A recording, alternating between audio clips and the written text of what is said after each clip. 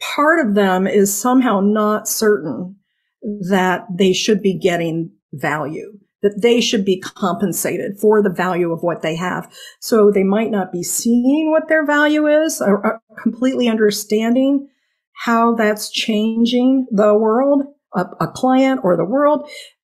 So they need to really go through a different kind of process of what they're used to. Because a lot of people are used to getting like that paycheck, right? Oh, this is what you're worth. Okay, this is what I'm worth. And if I get promoted, I'm worth this much. But in the entrepreneurial cycle, we have to know what our value is and ask for it.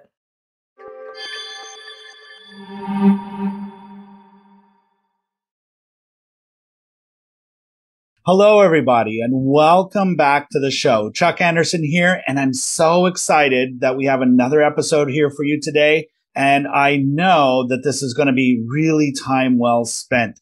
You know, with our audience, we have a lot of entrepreneurs, both men and women, and you're on big missions. You have big ideas. There's things that you're trying to achieve, trying to put out there in the world. And like every entrepreneurial journey, we have good days, we have bad days, we have good results, we have bad results.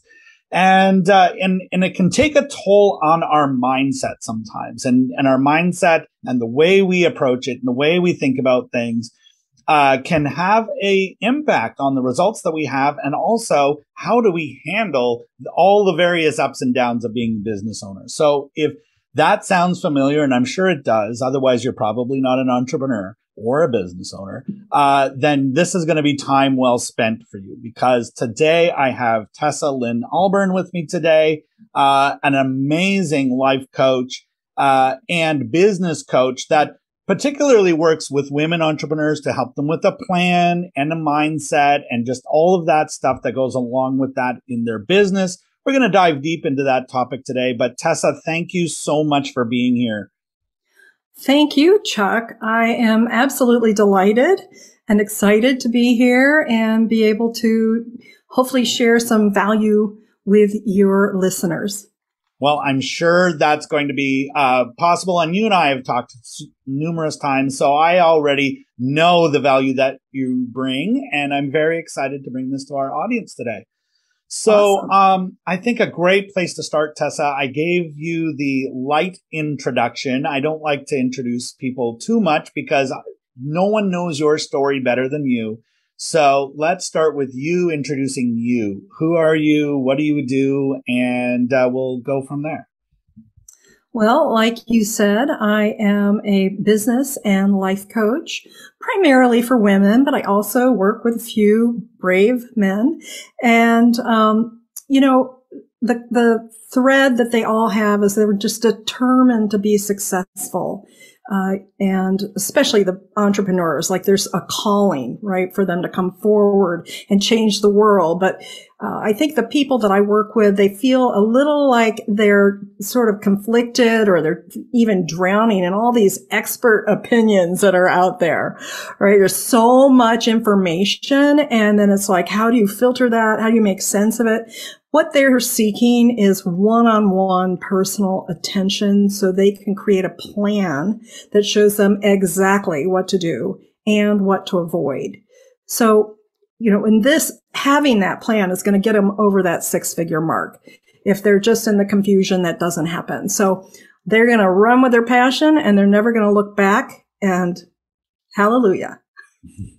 Well, this is going to be a great topic, and you know we're going to talk a lot about planning and just everything about having a plan is so important. And there's times in my business where I've had a plan, and it gives you that roadmap that of what do I need to be doing. And there's times where I've operated without a plan, and you know there's confusion, there's indecision, there's all the things that come along with that. So I love how we're going to dive deep into that today. But before we do, I'd love to hear your origin story. How did this all come to be? How did you get started doing this, and take us up to now? Like, where did this start? Okay. Well, certainly we don't want to go all the way from childhood, but in the more recent decades, I had been designing curriculum and doing facilitator training for a national company. and was running my own healing practice on the side, right? So during that time, I was doing all this stuff for that company, but I felt like I couldn't get anywhere. There was like a glass ceiling with a number of places that I'd worked over the years, but I could see that my calling was really starting to grow inside me. Like I knew I had to have my own business, and my gifts and my skills just kind of all came together. They coalesced, and I haven't looked back. Like I launched off, it was scary as all get out, right? Like, oh my God, where are the payments going to come from? How am I going to pay rent? Food. I have $56 this month. Like, what am I going to do? Like there were some really scary times. And I think, I'm just so grateful that I made it through and I got the support that I needed, to do that and not give up, because it has paid off. And I'm so grateful to be able to teach people what they need to know to hold their hand, to help them really make a difference. Because I'm just one person, right? I can't do everything. We need a lot of us really to help transform this world that has been in such chaos and mixed values and just all kinds of nonsense. So I think it's important if somebody has that calling, Chuck, I think, for them to have the right support, not just a bunch of ideas, but to know what they can do about it and what are some of those steps that they can start taking on a clear path to have a result. I love so many parts of your story, but I can relate to a lot of it as well. I too have, in my journey, have had those moments where I've only had $50. I've even had times where I had $0, and yes. and then what do you do about it? And I think that for those of us in business who come out the other end of that and are no longer experiencing that, that's where so much resilience and lessons, I think, come from. And is that what you found? Like with what you're working with the work that you're doing with people today? I mean, how many of the lessons you learned while you were going through that are what you use to help your clients? It's an untold amount. Like almost every time I'm on a call with somebody or, in a session, it's somebody needs to know something about what's happened, how they're not unusual, right? What they're going through makes perfect sense for where they are. And it really, really helps to have wisdom from others. When you get the wisdom, that makes the difference. When you get just like instructions, that does not make a difference.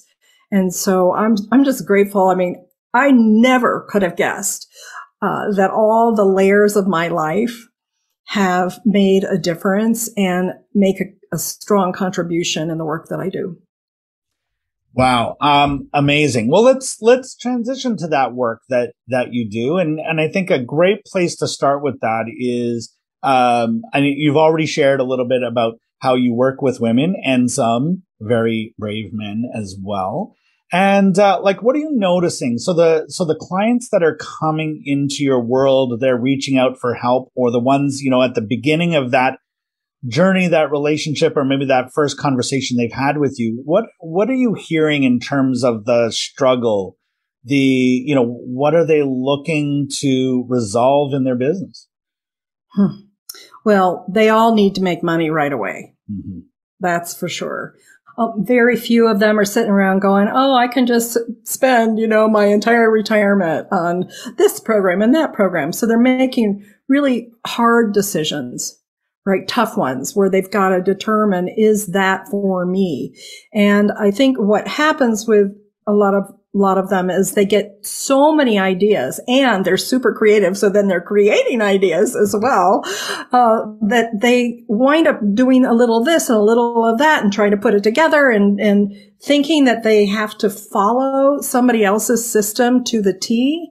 And that if they do that, it's going to work for them. I've seen so many disappointed clients, who've tried that. They've come to me and they're like, oh my gosh, I invested in this thing and it went nowhere and it just didn't work for me. And that's a key element, because it's so easy to look at something that's worked for someone else, whether it worked for them 10 years ago, a year ago, last month, last week. It doesn't really matter if it's not the right alignment for that person's message, for their gifts, for the way that they present, their style, and for, of course, their authentic self.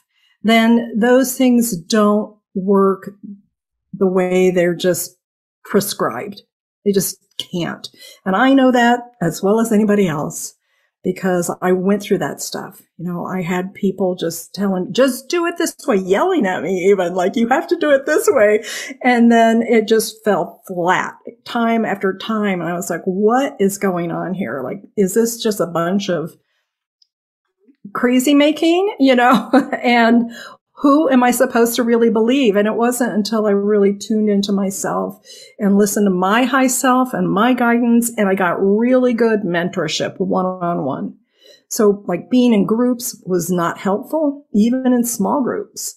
I got a little bit of value, but those just they couldn't go anywhere because my needs were different. And it's the same with my clients. So that's a key area. I think there are a couple of other areas where I see them making those mistakes, which is accommodating others. Now, women will do this more than men. It's like in their nature to do that, and try and solve all the problems for everybody but themselves. But men do it too. They're like trying to take care of their significant other, and they're trying to look good, and they're trying to succeed, when maybe they were succeeding before they became an entrepreneur, and they're not understanding why it's not working yet, why it hasn't gotten any traction. And they need to learn a lot about boundaries and whether that's personal boundary inside themselves, or it's in their relationships with their close ones, or it's with their clients even, or the clients that they want to have. So they've got to start creating those things and knowing what their boundaries will be. And then I think one of the other key areas is not getting their value, Chuck. And it's really sad, right? Like these brilliant people who do have something to give to the world, who do have something significant. They're like either giving it away or practically giving it away because part of them is somehow not certain that they should be getting value, that they should be compensated for the value of what they have.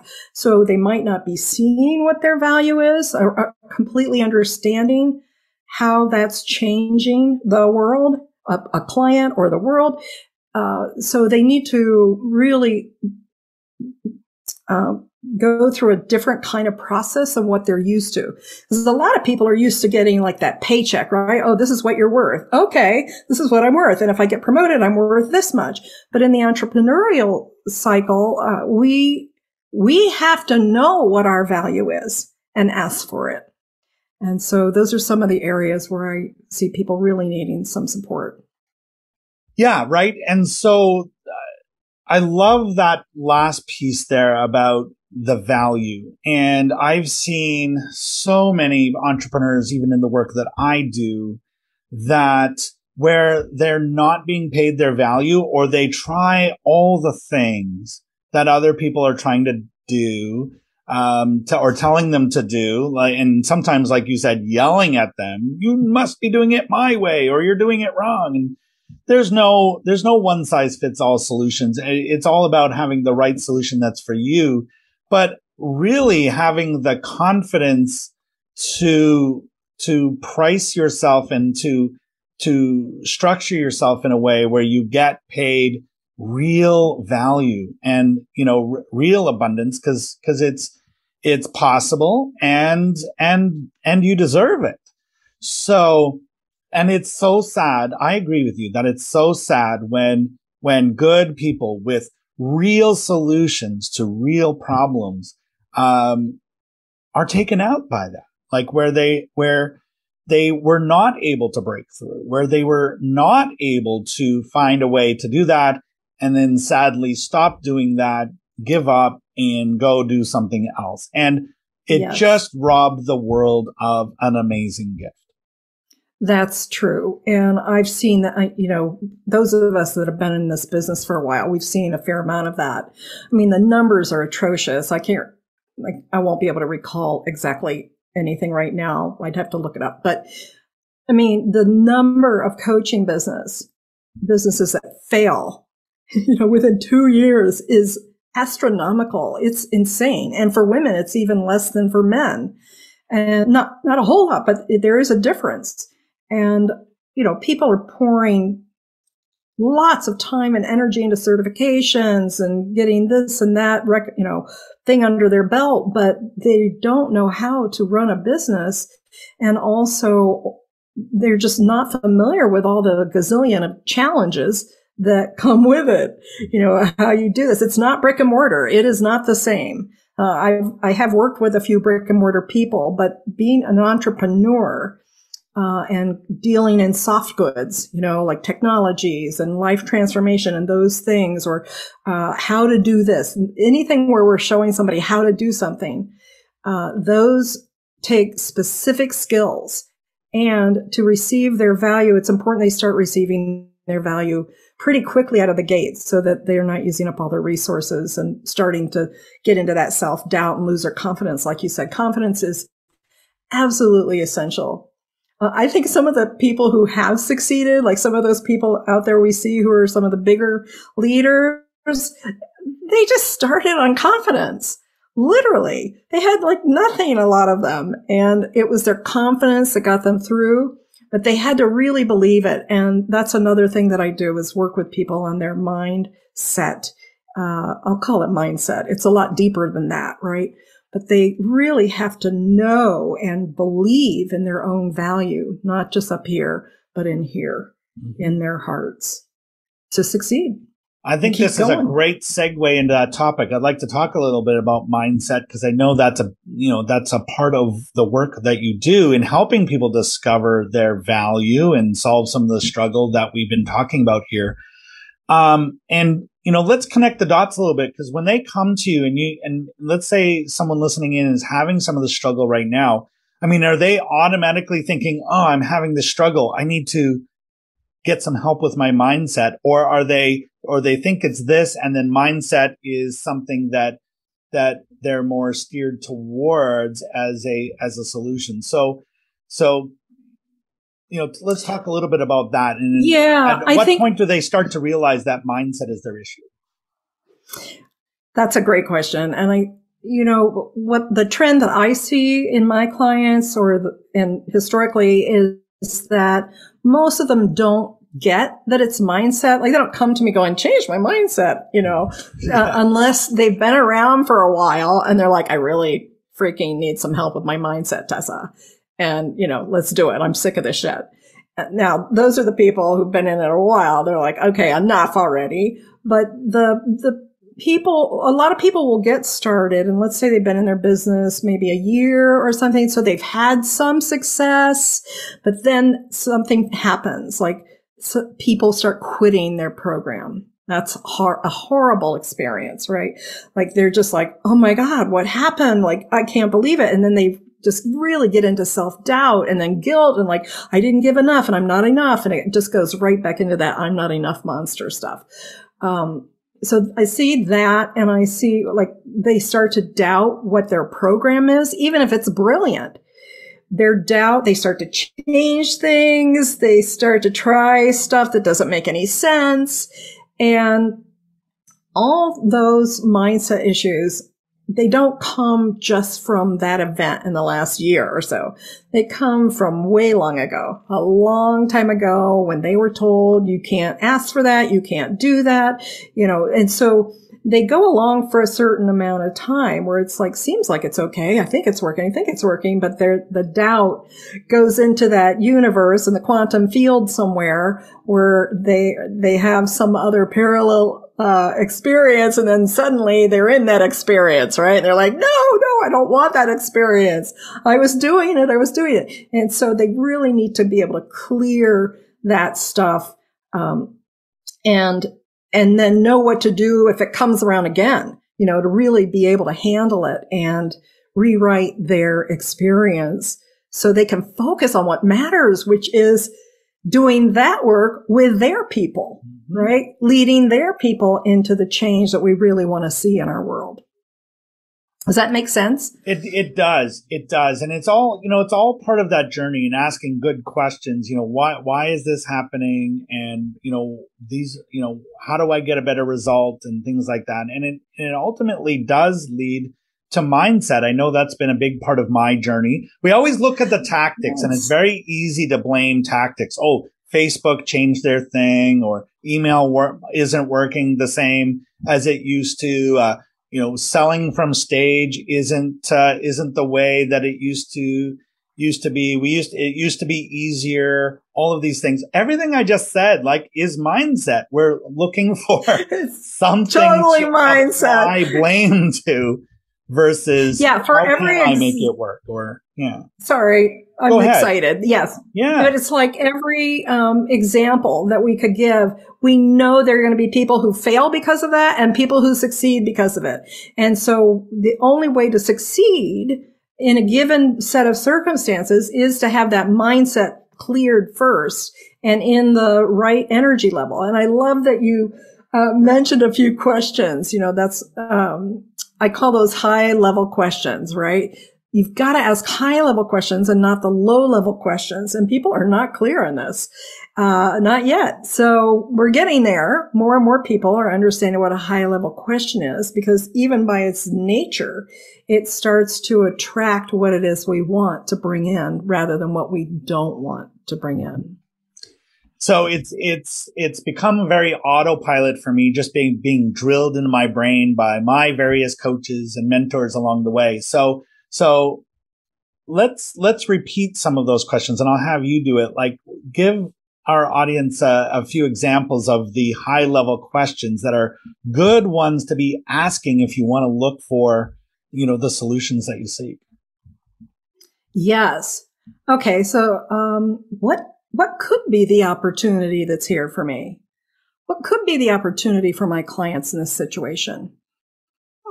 How might I expand my reach? How might I create more affiliate relationships? How could I do this? Right. So we've got to ask, what's that in a positive way that it gets our mind in alignment with a positive answer to our question.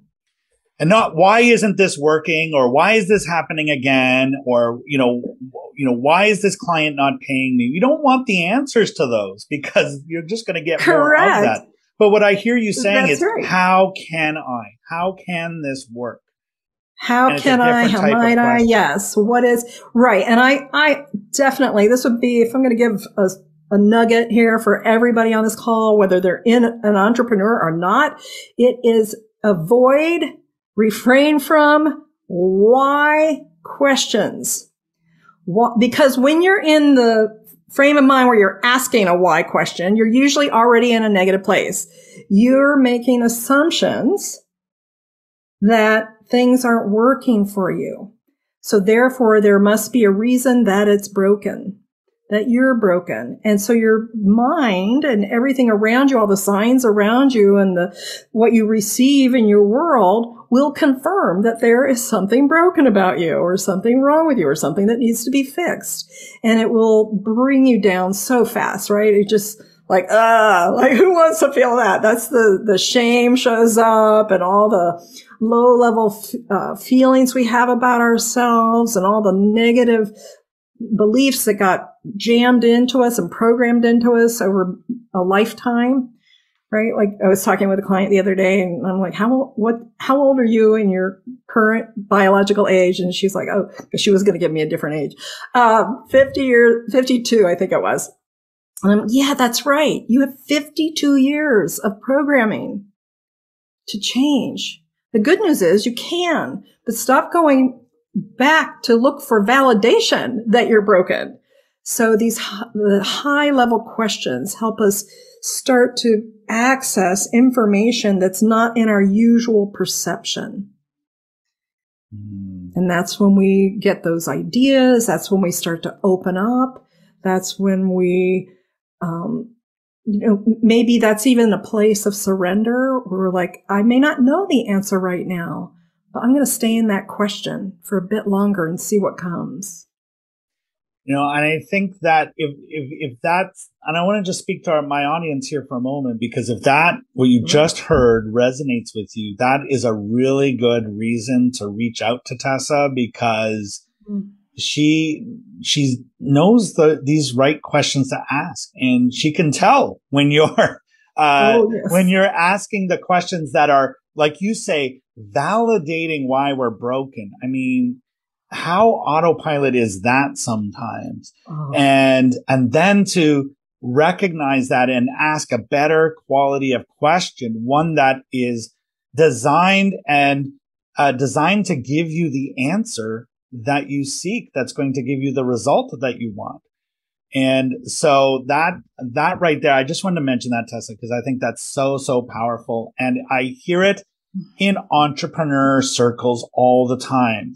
And, I've done a lot of personal growth and business development things and where we have specifically those conversations. But I hear it all the time, even in the networking groups and just, where we don't have that context. And I become in tune to, hearing those questions, and it reminds me how to phrase my questions better and to help to keep my mindset on track. So I wanted to mention that because I think it's super powerful.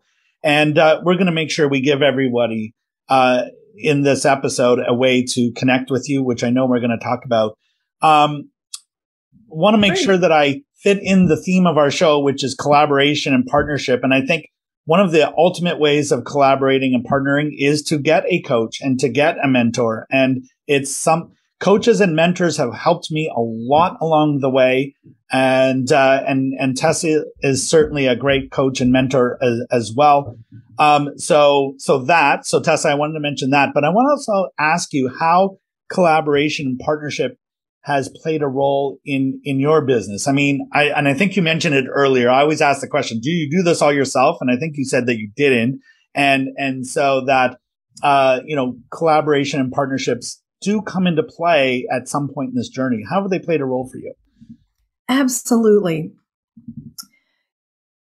When I hear the word collaborator and partnerships, the first thing that happens in me now is I immediately feel this wonderful love that I have for all the various collaborators that have been in my life.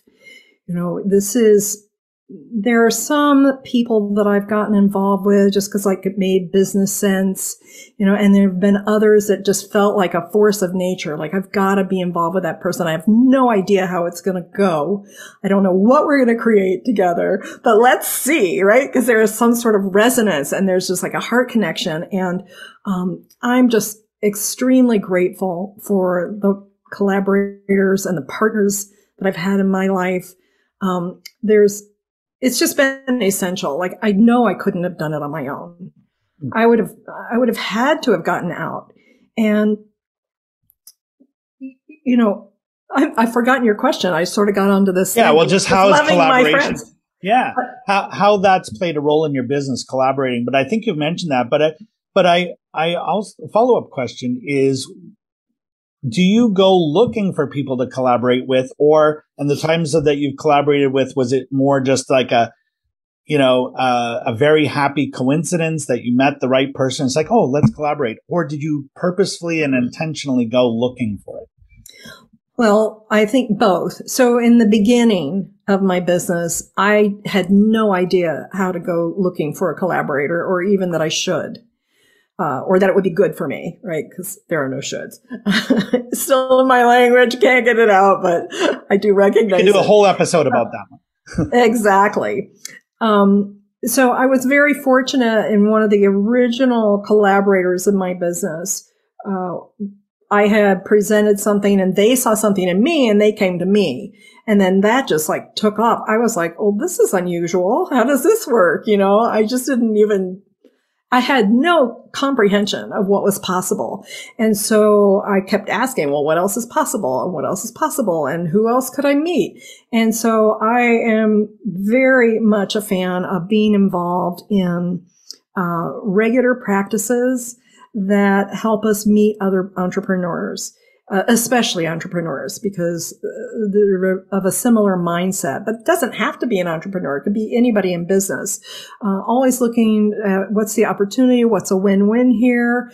How do you serve the world? How do I serve the world? What can we do together? Those conversations are a regular thing in my business practice at this point.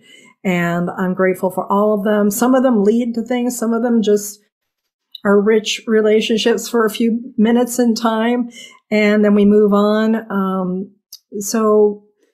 But I feel like with all the people that I've met, almost all, like I screwed up once with somebody, right? So I was like, I forgot something and I just flattened the relationship, just out of ignorance. But everybody else has been just amazing. They're people I know I can call on. I know I can say, hey, let's look at a new idea, right? So there's no stagnancy in business. There's always someone to go run an idea by, or just find out what's going on with them, right? And cheering each other on. So it could be that sort of thing, or it could be more than that. And they're just essential to keep them going and feed them, right? Give them some food, pay attention. Well, it is a relationship after all. So it does require that attention. And I too, a similar story. I mean, you nurture them as much as you can, and nobody's perfect. Yeah. And sometimes we make a mistake, but it gives us that perspective on how to treat yes. our other relationships better, when that happens. And so I appreciate that part of your story as well. So look, we've covered a lot of ground and I want to make sure that we give everyone a way to connect with you. But before we do that, one of the segments of our show that we like to bring is book recommendations.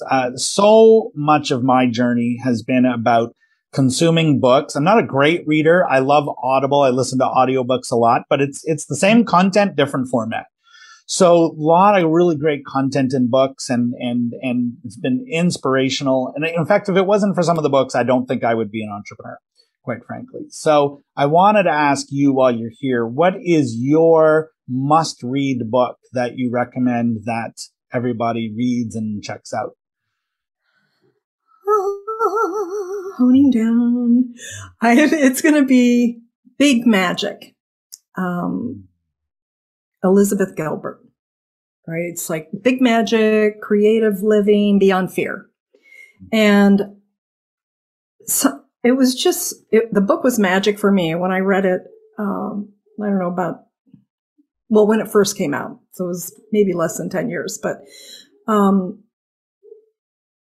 she wrote Eat, Pray, Love, of course, and that was all really sexy and fun and, eye-opening for a lot of women. But for me, Big Magic, one of the messages that I will always remember, and of course this is in my own words, but it was about how ideas come to us. And they're almost like a gift, right? They show up. And then if we do something with that, if we say yes to that idea that was basically a gift of the universe, then the idea has a chance to grow and to blossom and to be expressed here in the world. And if we don't do that in a somewhat timely manner, then somebody else is going to do it.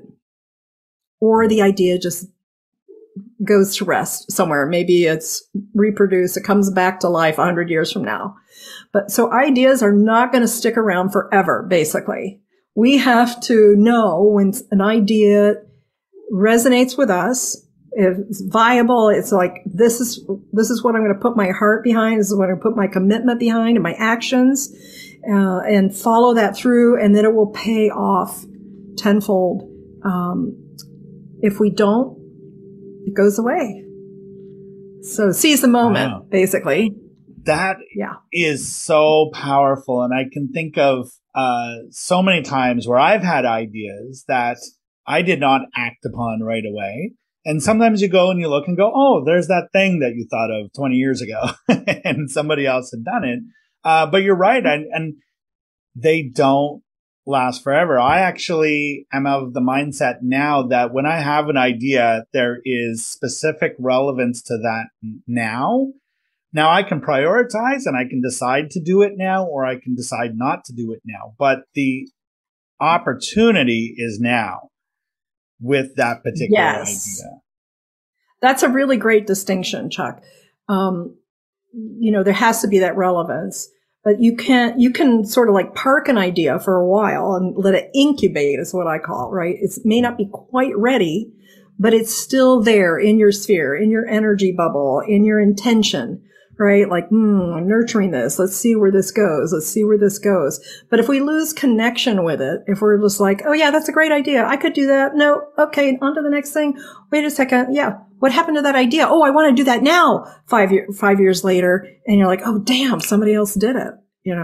Yeah. And I think we can even see, like, maybe you can, I don't know. Maybe you can see in your life where maybe you had an idea for something. Like when I was young, I had this idea, this is just a silly example, but to have toothpaste in a tube where it stood up and all the toothpaste was down at the bottom. And of course, I didn't have the means or the wherewithal to create tubes of toothpaste back then. But of course, that was developed. Somebody created it, right? It wasn't just my idea. So don't sit on ideas. Like, I think, people need to learn how to make that decision. Is this idea worth following through? Is it a priority? Is this the right time? And if it's not quite the right time, to nurture it in a mindful way so it can grow.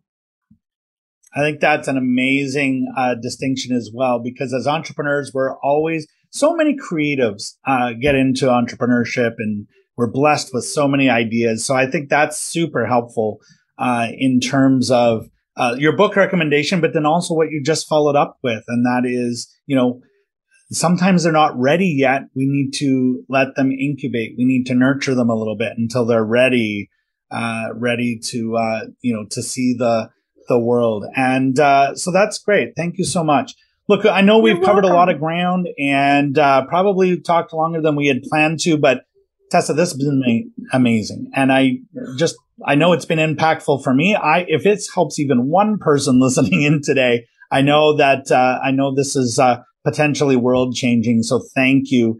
And for anyone listening in who has heard you talk and goes, you know what? I need you. I need your help with something that's going on in my business, or I want to turn things around, or I want to ask maybe some of these questions differently or better than I've been doing. How do they reach out to you? What is the best next step for them?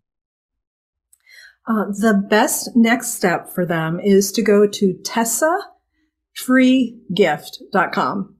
So it's just my first name, freegift.com, and that'll take you to my website. And you can sign up, you can get the free gift that's there, or you can check out my website. There's a contact page there, and there are a number of ways to reach me. So just go to tessafreegift.com.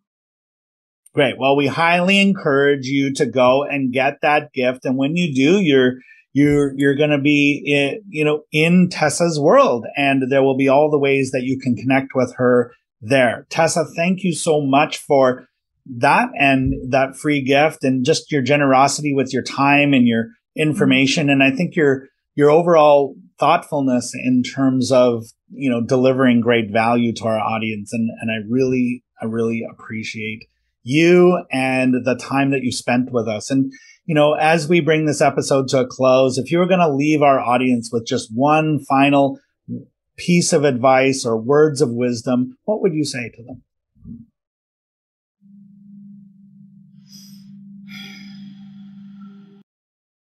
I would say start listening to your higher power and including it in your business. So whatever that is, whether that's your authentic self, your spiritual self, God, source, universe, it doesn't matter. You're not alone, and you have access to guidance and love and support to help you specifically to bring this forward, to bring your gifts forward. So go ask them. Get some support there too. That's amazing. I really love that. And especially the check-in right before you answered, because that just felt so inspired and the right thing to say. Tessa, thank you so much. And to our audience, thank you also for being here, being our guest, tuning into our episode.